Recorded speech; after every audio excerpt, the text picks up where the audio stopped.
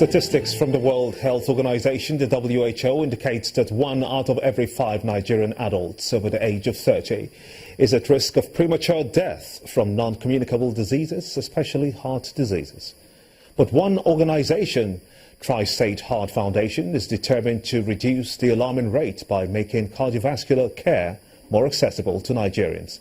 At the foundation's fundraising dinner, government officials and other prominent Nigerians expressed their support towards sustainable solutions to heart-related diseases.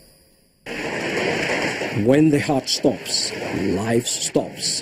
This fact forms the heart of the gathering of top government functionaries and other special guests at the first Tristate Heart Foundation's first annual black tie, gala and fundraising dinner in support of cardiovascular care in Nigeria. The evening, though relaxed and entertaining, highlighted the fact that the heart diseases are the leading cause of death in non-communicable diseases (NCD) globally.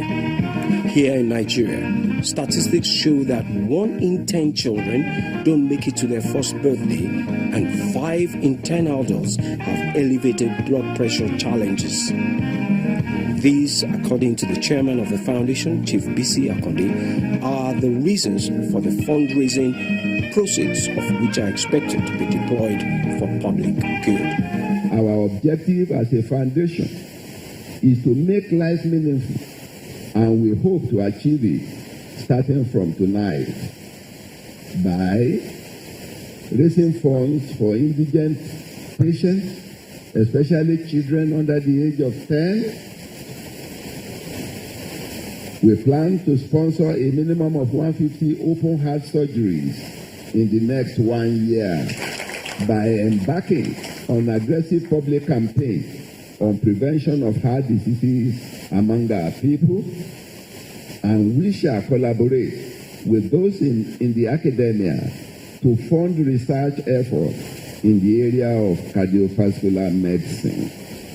The problems of non-communicable diseases, as highlighted by the Health Minister, Professor Isaac Adewale, who was the keynote speaker, are of great concern to the government, and solutions including a nationwide survey on NCDs geared towards effective planning and service delivery in partnership with private sector are already in place. The TWG committee focusing on finance seeks to carry out advocacy to the central bank and other finance institutions to unlock low-interest capital for health, medium-scale enterprises and engage in a dialogue to mobilize domestic resources for healthcare from the range of identified tax and innovative financing options. On the backdrop of all the health-focused entertainment of the event, the President and CEO Tristate Heart Cardiovascular Associates, Professor Kamal Adeleke, said the center only seeks to expand on services already being offered to many Nigerians regardless of their status. That is what brought me to decide on Tristate Heart Foundation. And if you look at all the cases that we've done about 107 open heart surgeries, of which 60% of them were children. And of the 60% that are children, almost about 90% of them did not have money. We did them for free. And each of these operations cost almost like between 4 to 5 million naira. 4 state governors, Abiola Ajimobi of Oyo State, Ibukunle Amusun of Ogun State, Ralph Aregbesola of Osun State, and Akinwumi Ambode of Lagos State, led the donations to the foundation. When you consider the kind of statistics that we have in Lagos, yes, 5th largest economy, 22 million people, the kind of social life that you have or lifestyle you have in Lagos, I don't know, should we use the word chaotic or whatever? But the truth is this, the larger number of people that are going to benefit from what we're doing tonight actually live in Lagos. So the most important thing is this, Lagos State must come frontally to support whatever it is that we're doing here. As part of an exciting evening, The Vice Chairman of the Tristate Heart Foundation, Mr. John Momo, on behalf of the foundation, presented awards in recognition to individuals who have impacted the society in various ways. They include Mrs. Claire Omashe, Professor Paul Davis, and Fumi Roberts. Koye Shotari, Channels Television News. You're watching the news at 10 on Channels Television, live from Lagos. Time now for business news with Imana Amawe.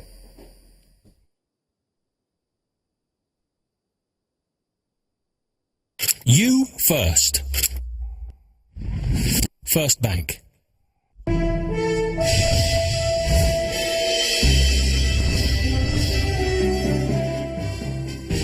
Many thanks for staying with us. Welcome to Business News. Nigeria's foreign exchange reserves stood at $24.69 billion on November the 28th, the first monthly rise in 15 months. That left the reserves up 3.1% on the previous month. A year earlier, reserves stood at $30 billion. Data from the Central Bank of Nigeria gave no reason for the rise, but global oil prices, however, recovered slightly during the period as OPEC members tried to strike oil output deals. And for the first time in 8 years, members of the Organization of Petroleum Exporting Countries have agreed to a 1.2 million barrel per day output cut to 32.5 million a day. This comes after weeks of often tense negotiations with the group's three biggest producers, Saudi Arabia, Iraq and Iran, who resolved their differences over sharing the burden of cuts to rein in supply for the first time since 2008. Nigeria's Minister of State for Petroleum, Dr. Ibe Kachiku, says OPEC members are largely convergent on a need for a production cut. The price of Brent crude jumped more than 8% to about $50 a barrel, recovering from a drop of nearly 4% on Tuesday and on course for their biggest one-day move in 9 months. And Morocco is seeking improved bilateral relations with Nigeria in areas with value proposition ahead of a meeting between His Royal Majesty Mohammed Hassan VI with President Muhammadu Buhari on Thursday. Business leaders from both nations have identified possible areas of partnership. The president of Morocco Business Group, Ms. Miriam Ben Salah, explains how the two countries can boost bilateral trade through power generation and agriculture. We do have only $100 million of trade. I think we deserve more. Don't you agree? $100 million. I mean, it's really too small, too little. Only in goods and services. So no value chain, no added value, no local jobs. So I think we should be more active in this partnership.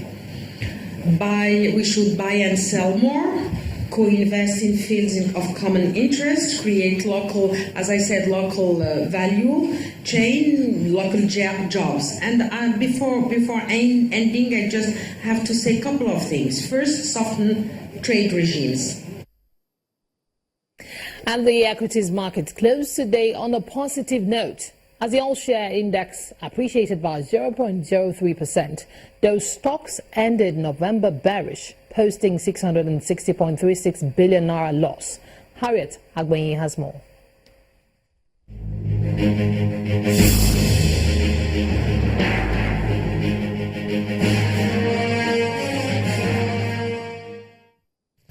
The Nigerian equities market closed flattish today as investors eased profit-taking across some major counters. Market capitalization ended midweek trade at 8.68 trillion naira, with the all-share index at 25,241.63, eking out a marginal gain of 0.03%.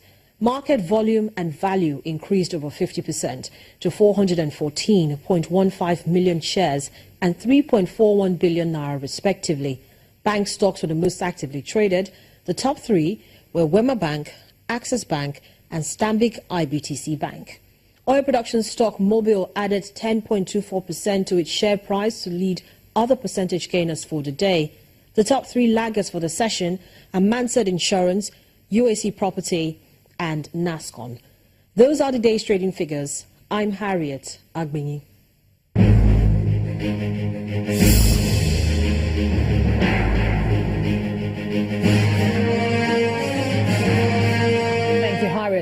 And on the global scene, European markets closed higher as investors chaired an agreement among OPEC members to cut production and closely followed political developments in Italy.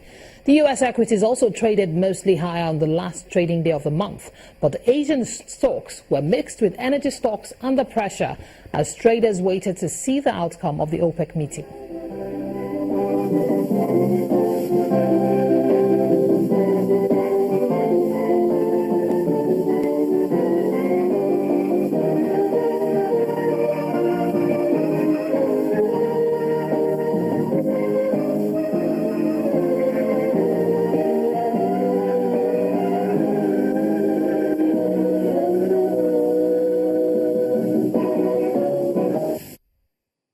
And that's Business News Tonight. I'm Imana Amawe. The news at 10 continues shortly.